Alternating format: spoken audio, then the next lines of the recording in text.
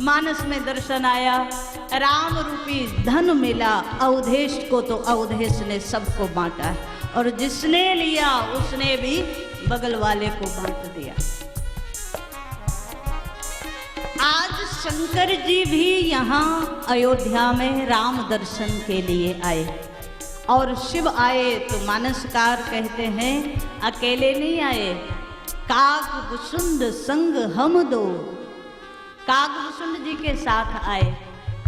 अच्छा, पार्वती जी कहाँ रहे? क्योंकि वैसे कभी आपने लीला में देखा नहीं होगा कि शंकर जी अकेले कहीं चले गए।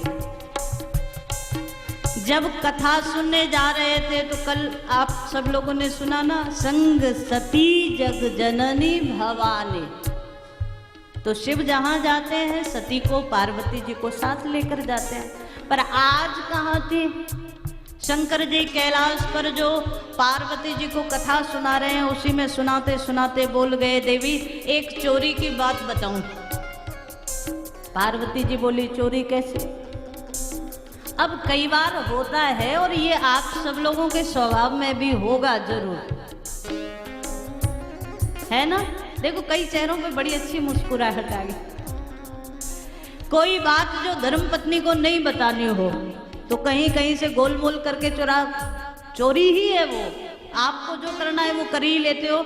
पत्नी ने देवियां जब पूछती हैं कि क्या किया, कैसे किया, तो बस गोल मोल जवाब दे दिया, आगे बढ़ गए। शंकर जी भी आज बता रहे, एक चोरी की थी, हमने आपको बताया नहीं आज तक। तो पार्वती जी बोली, क्या? शंकर जी बोले कि वो चोरी जो राम दर्शन के लिए हम गए थे आपको बिना बताए। पार्वती जी थोड़ा सा नाराज हुई, महाराज हमें भी साथ ले चलते तो। हमने सुना है अच्छे कर्म में तो लोगों को ज्यादा से ज्यादा साथ लेकर चलना चाहिए, तो आप हमें लेकर क्यों नहीं गए? शंकर जी धीरे से बोले, एक बार कथा सुनवाने ले तो गए थे आपको, जब सती रूप में आप थी तो हमने सोचा सत्संग में ले चलें। सो महाराज ऐसा सत्संग हुआ कि सती शरीर का ही त्याग करना पड़ा। तो हमें लगा अभी अभी तो आप दूसरे शरीर में आई हैं, अब क्या राम दर्शन को ले जाएं, फिर गड़बड़ हो गई तो बड़ा मुश्किल। शंकर जी कहे, हम तो अकेले नहीं थे लेकिन आपको बिना बताए गए। और एक कहूँ निज चोरी, और एक कहूँ निज चोरी, सुन गिरजा अति दृढ़मति तोरी, गिरजा अति दृढ़मति तोरी, सुन गिरजा अति दृढ़मति तोरी, सुन गिरजा अति दृढ़मति तोरी, सुन गिरजा। और एक कहूँ निज चोरी। कागभुसुंड जी के साथ हम अयोध्या में गए। अयोध्या में देखा महाराज बड़ी भीड़ हो रही है अवधेश के दरवाजे राम दर्शन वालों की। उसी भीड़ में हम लोग भी सामान्य मनुष्य का स्वरूप बना करके, शंकर जी बोले हम भी प्रवेश कर गए। लेकिन जब भीड़ में पहुंचे तो पता चला 2-4 धक्के तो शंकर जी में भी लग गए। अब भीड़ में कौन देखने वाला, शिव है। शंकर जी ने देखा कागभुसुंड जी की ओर कि ऐसे तो दर्शन संभव नहीं है। भीड़ से बाहर निकले, कागभुसुंड जी और शंकर जी की मंत्रणा हुई। कागभुसुंड जी ने कहा, महाराज हम आपको दर्शन का बढ़िया तरीका बताएं। शंकर जी बोले, क्या? कागभुसुंड जी ने कहा, महाराज हर जगह दर्शन के लिए नंबर 2 गेट भी होता है। कभी आप जाते हो ना मंदिर में दर्शन करने, तो 1 नंबर ही थोड़ी होता है, 2 नंबर भी होता है। 1 नंबर से वो लोग जाते हैं, देखो बुरा मत मानना लेकिन सच्चाई है, 1 नंबर से वो लोग जाते हैं जो राम प्रेमी होते हैं, भगवान के नारायण के भक्त होते हैं, वो 1 नंबर से जाते हैं। और जो लक्ष्मी माता के भक्त होते हैं वो दूसरे नंबर से जाते हैं, है ना। अब लक्ष्मी माता को आगे किया तो दूसरा गेट खुल ही जाता है। मानस में दर्शन आया। काकभूषुंड जी बोले चिंता मत करो, हम दर्शन कराएं।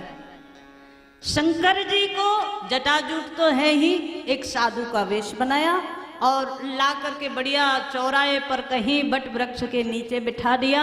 महाराज आप तो समाधि में बैठिए, हम जरा आपका प्रचार करके आए।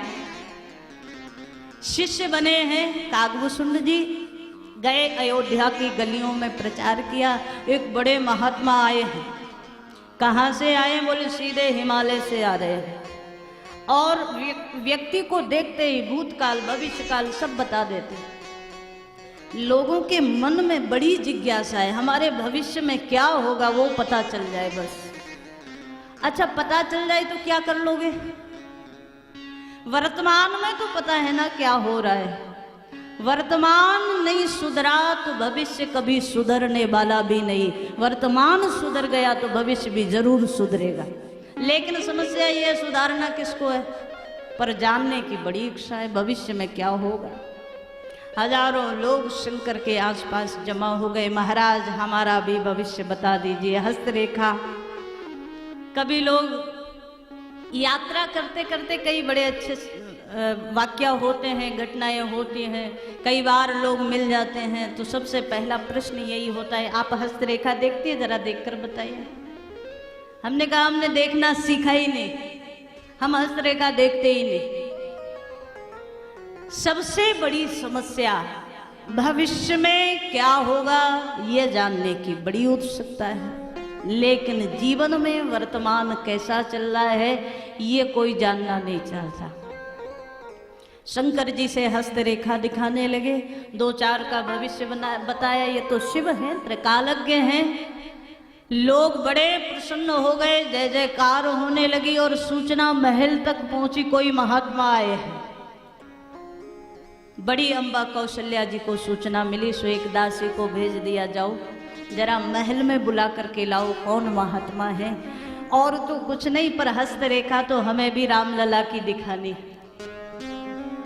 गोस्वामी जी दर्शन करा रहे हैं। शंकर जी काकभूषुंड जी आज अवध के राजभवन में आए और यहाँ राजभवन में शंकर जी उत्सुक हैं कब भगवान का दर्शन हो, कब रामलला का दर्शन हो।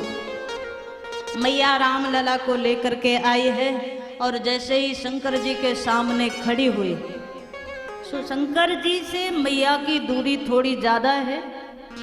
अब यहाँ से नजर तो आए, कुछ प्रसन्नता मिली, पर मन में भाव है थोड़ा और करीब आते तो बढ़िया से दर्शन होता।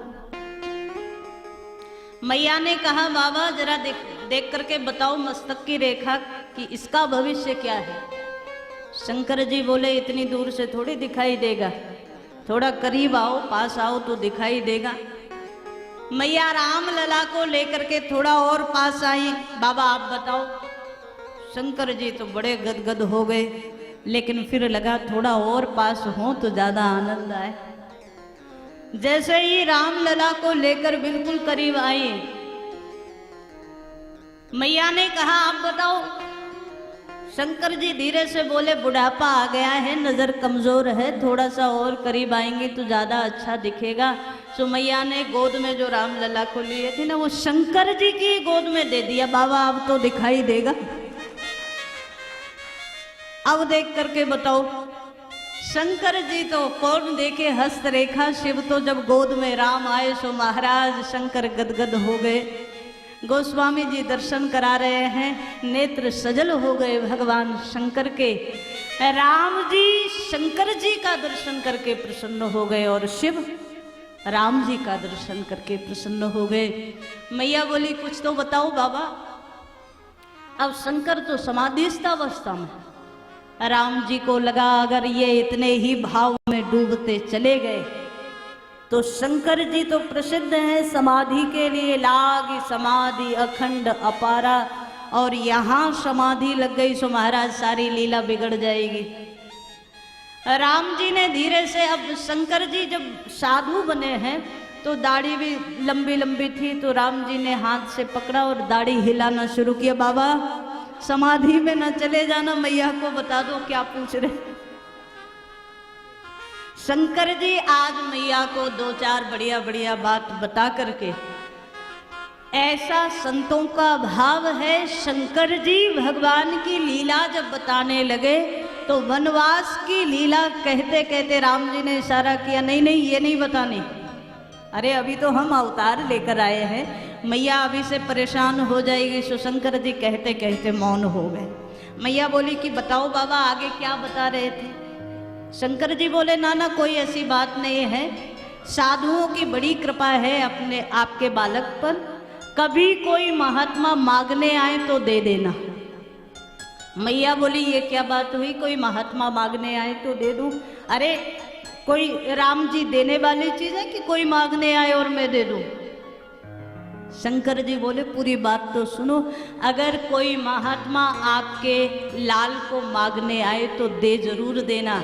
इधर से जाएंगे तो अकेले जाएंगे, उधर से आएंगे तो बहू साथ लेकर आएंगे। तो मैया तो बड़ी आनंदित हो गई, बाबा पहले क्यों नहीं बताया? एक बार तो मैया बोल गई बाबा आप ही ले जाना चाहो तो ले जाओ, लेकिन बहू जरूर लेकर आना। माताओं को बड़ी चिंता, बहू घर ना आए तब तक चिंता, और आ जाए तो दुगनी चिंता, फिर ज्यादा बड़ी समस्या। भगवान शंकर आज मैया को बड़े भाव से बधाई दे रहे हैं और बड़े भाव से राम लला को आशीर्वाद भी दे रहे हैं।